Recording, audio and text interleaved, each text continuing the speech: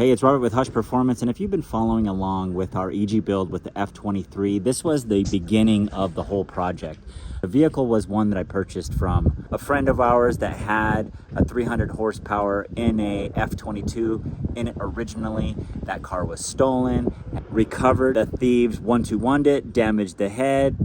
Now my friend Mark is putting it together. This is a video of me picking up all of the parts for the vehicle that was all stuck in Arizona.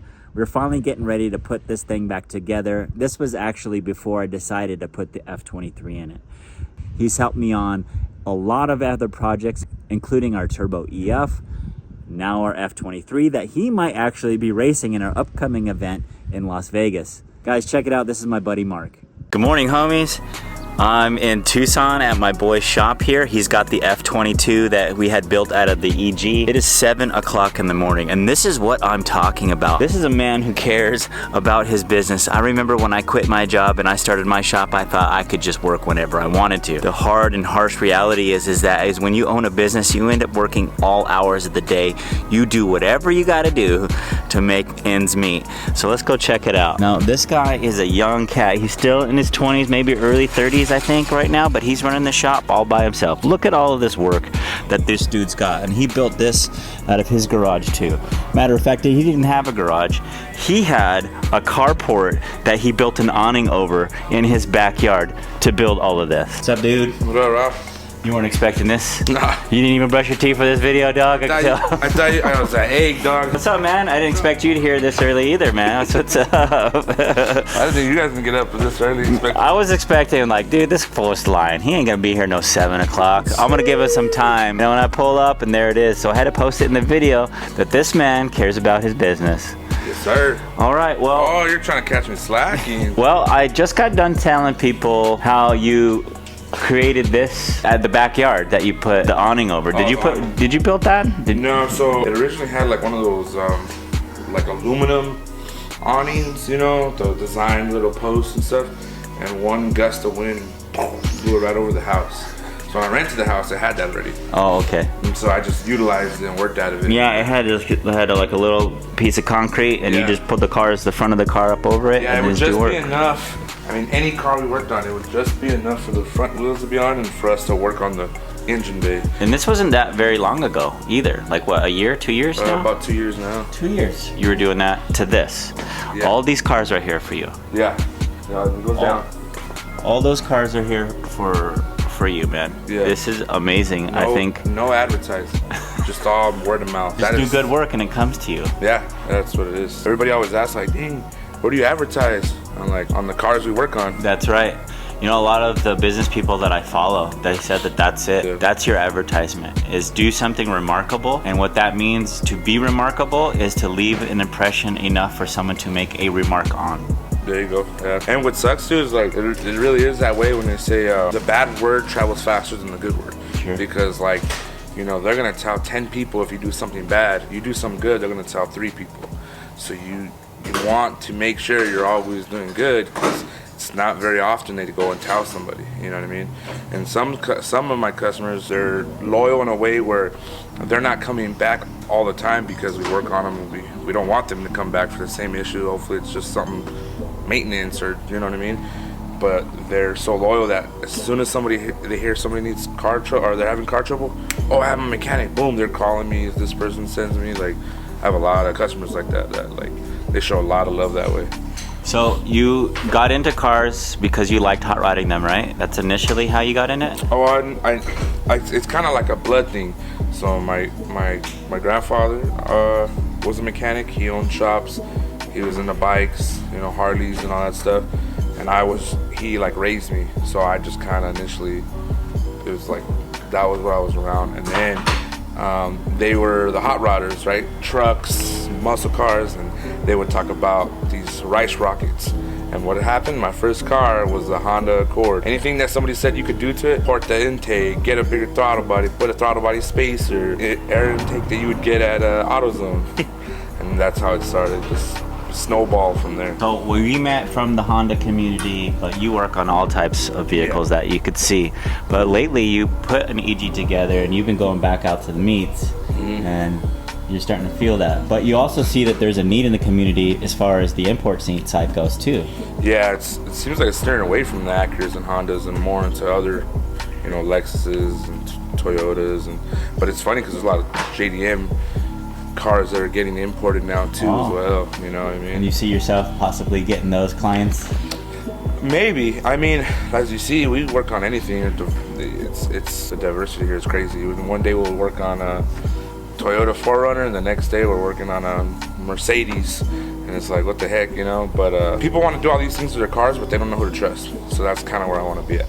Just like, I'll do, if you want me to work on, you know, doing maintenance, I'll do it. If you want me to do custom build and point you in the right direction to other people who do other good work, I'll do it. Is there a reason that you may have steered away from performance to general maintenance, or are you steering that way, or is that just how it works? I like general maintenance because it's different every day.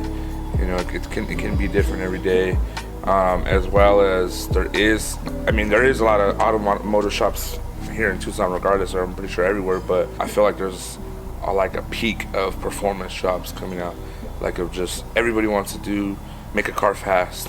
But like what I always say is, like, the faster the car goes, the faster it's gonna break. You know what I mean? And a lot of the kids that are going fast, their mom's cars are ran down. So bring your mom's car over here. I'll work on the mom's car. And you can keep taking it to performance shop, and you know what I mean. So that's kind of how it started. Was like, I thought about it, but it was like they stayed. You know, performance is hard.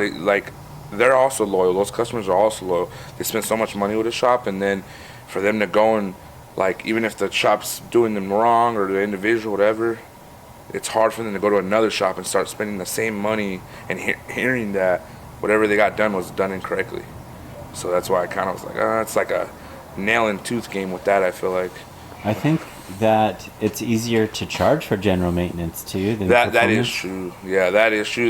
There's an easier labor rate to follow versus like custom. Everything is hourly. You know, if you're doing performance and it's custom, everything is hourly. And you can't give, like, it's a blank check, dude. That's how it works. And that's what I'm saying. A lot of those customers are not comfortable with a new shop versus like, oh, he's built a car for me in the past, or they've built a car for me in the past.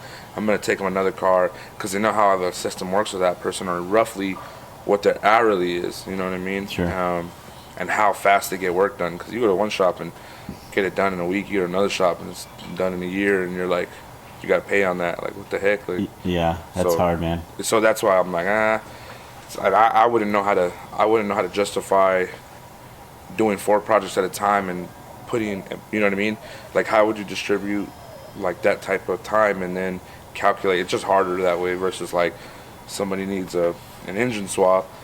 You know, I have the labor charge. I'll tell you, this is what it charges me. You know what I mean? And I just make sure I get it done before that hourly to profit. I like that. So tell me something, Mark. How did you fund all of this? I didn't.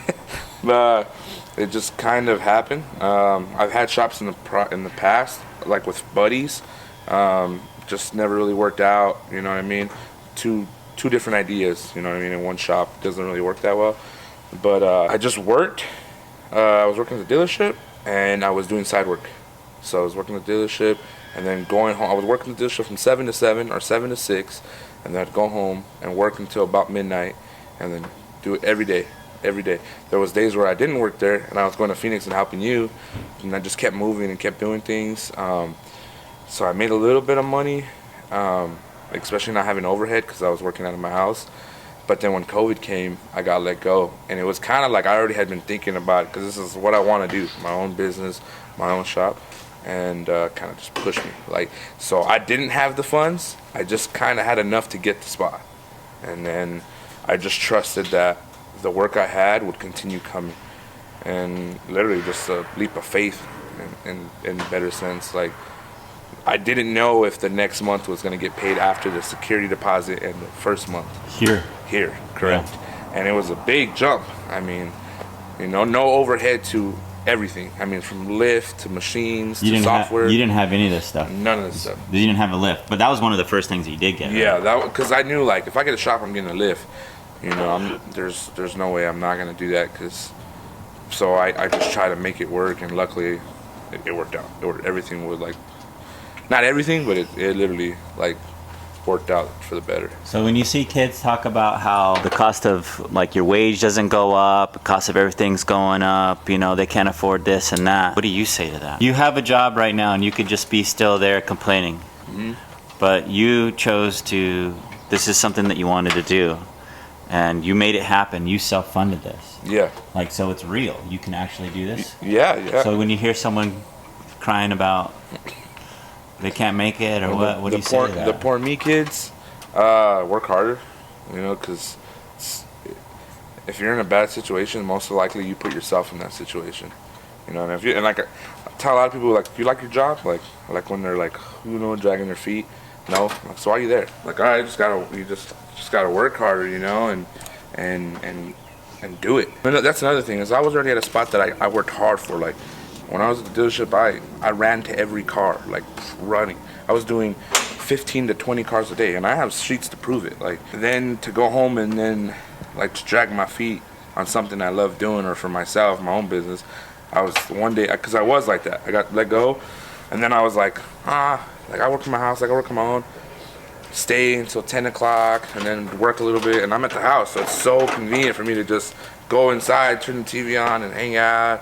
3-4 hours passed by. It was really hard for me to like get in the grip, and then I was like, hit me one time, like just hit me, like really was like, if I can work that hard for another business that's already making $1 million+ a year, why can't I do that for myself? Like, if I worked that hard for somebody else, how is that fair to myself that I'm, you know, dragging my feet? Like, that's not.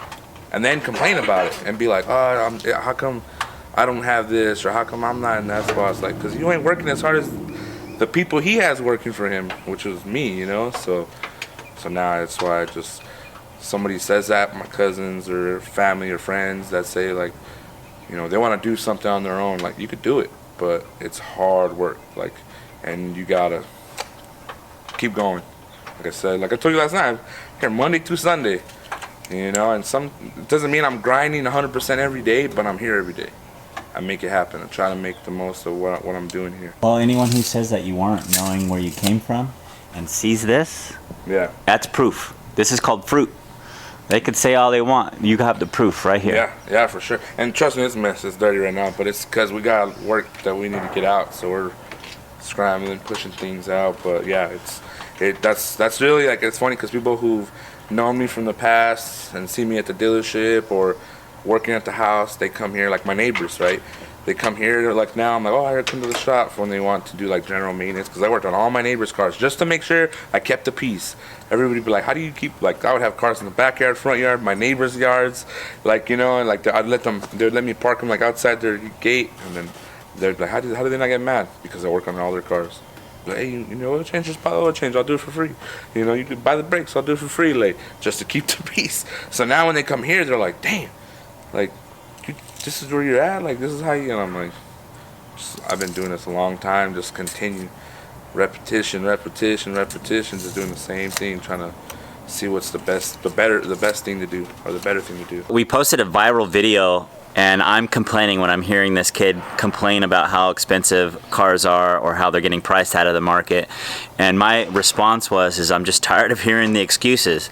And it's nice and fulfilling to know that this is real. Like I'm not just saying these things to say them because I want to be triggering. This is for real. I did the exact same thing that Mark did.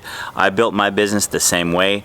Here is another shop, which is another proof that this is real. You, at times, you live here. Yeah. Like you're not even joking. Like, you work here, and then some days you'll just have to crash out here. Yeah, you work here so late.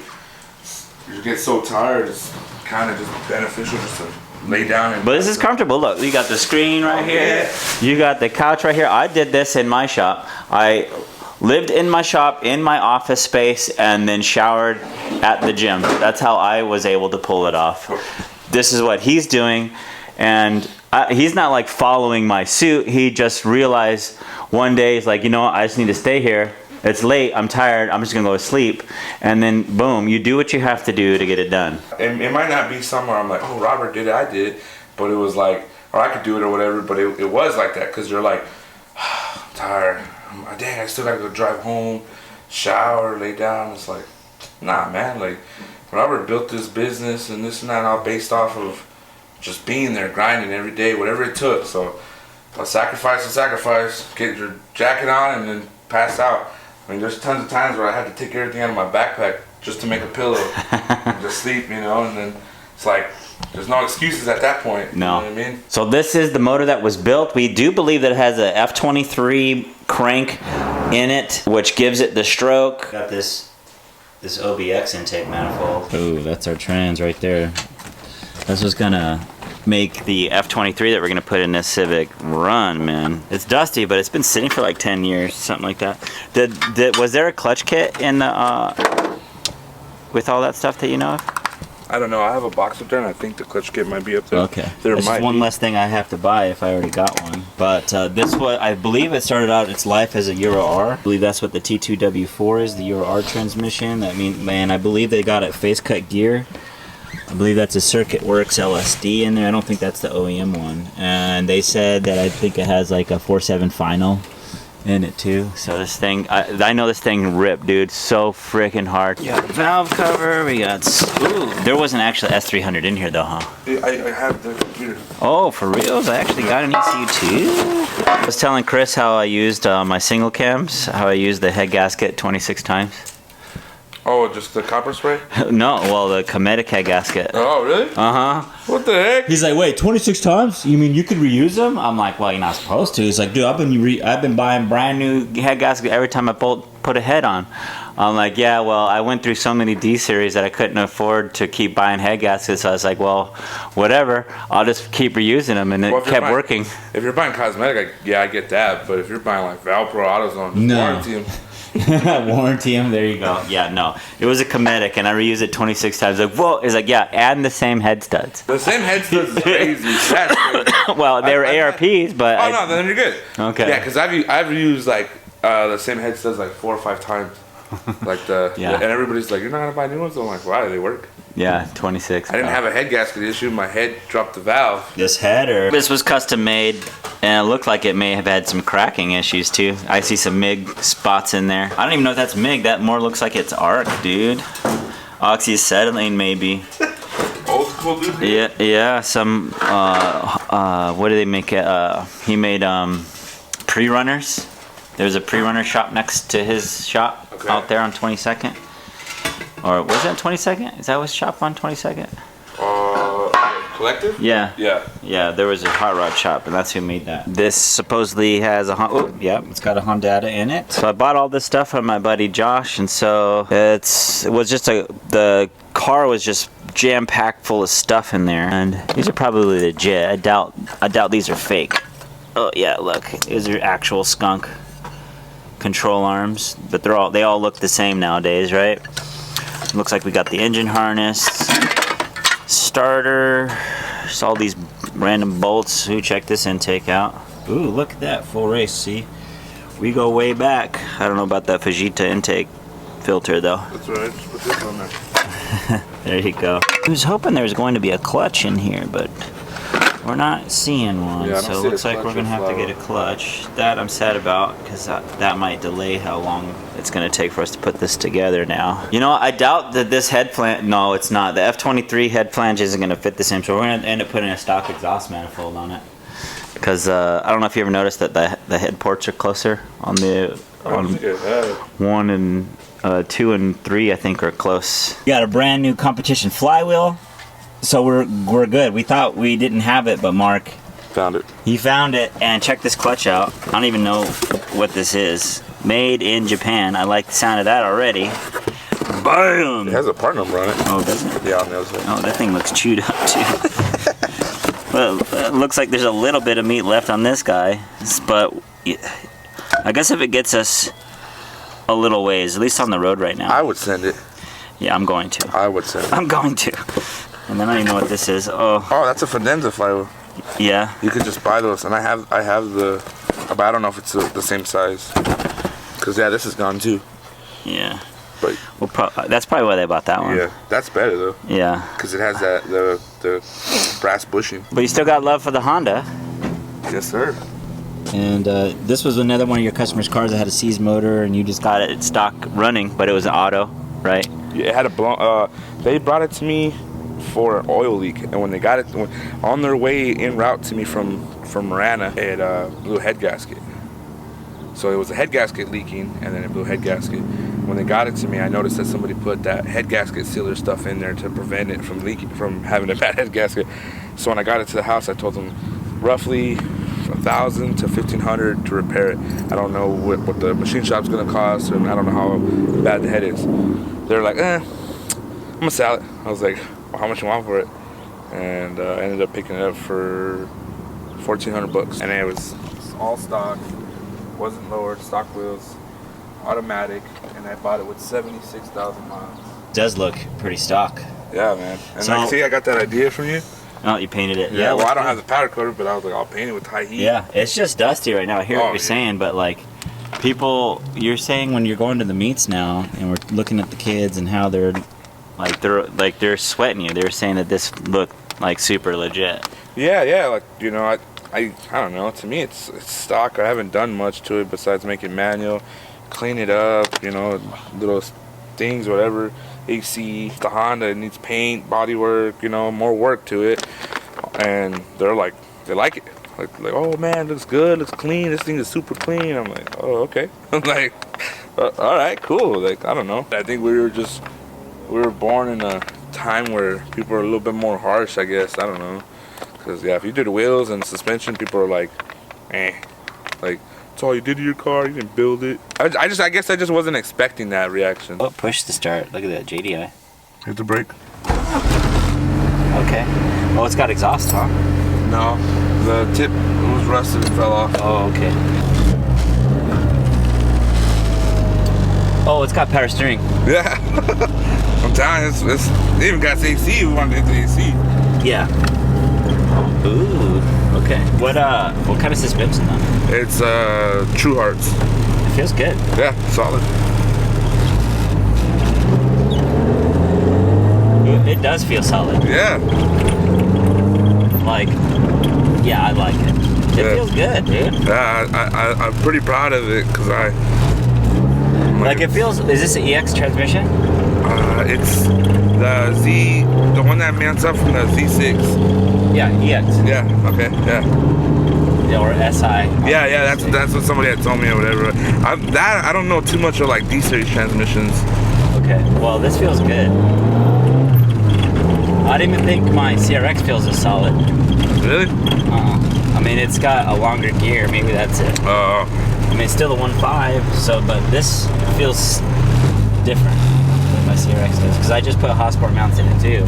Yeah. So that's what gave it that little vibration. But this still feels more solid. I like the suspension feel. Yeah, it feels good. Yeah. And then I have that plate on there. I know you can't see it right now, but auto to manual plate that you make. So now the hot air don't come through it. You know what I mean? Dude, I have the AC on a Honda. Like that was the first thing that we used to take out, just so we can see all the way down. That and power steering. I Yeah. think that was the first thing I took out of my Acura. I had an Integra DA, and that was the first thing I took out was the power steering. Because somebody told me it's too much. Like I'll be faster if I took it out because of the load. Yeah.